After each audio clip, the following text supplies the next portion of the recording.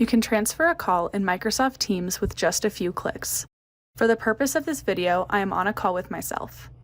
When you're in a call, the call options will appear along the top of your screen. First, click the ellipsis icon to view more actions and then choose Transfer. The call you're currently on will be placed on hold, and the timer will let you know how long they've been holding.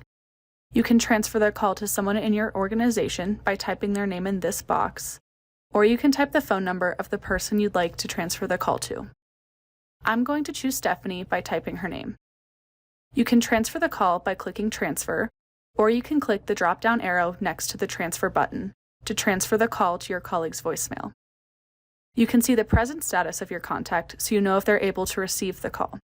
As you can see, Stephanie is unavailable for a call, so let's try someone else. If you are unsure whether a colleague can take a call, you can consult with them first. To do this, click the ellipsis icon to view more actions and choose Consult then Transfer.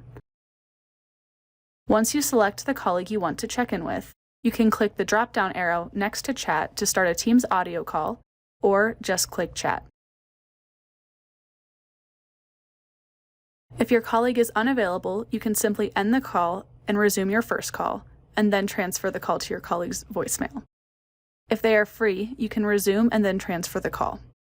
Before clicking Transfer, toggle Ring Back if there's no answer, so the call comes back to you if no one picks up.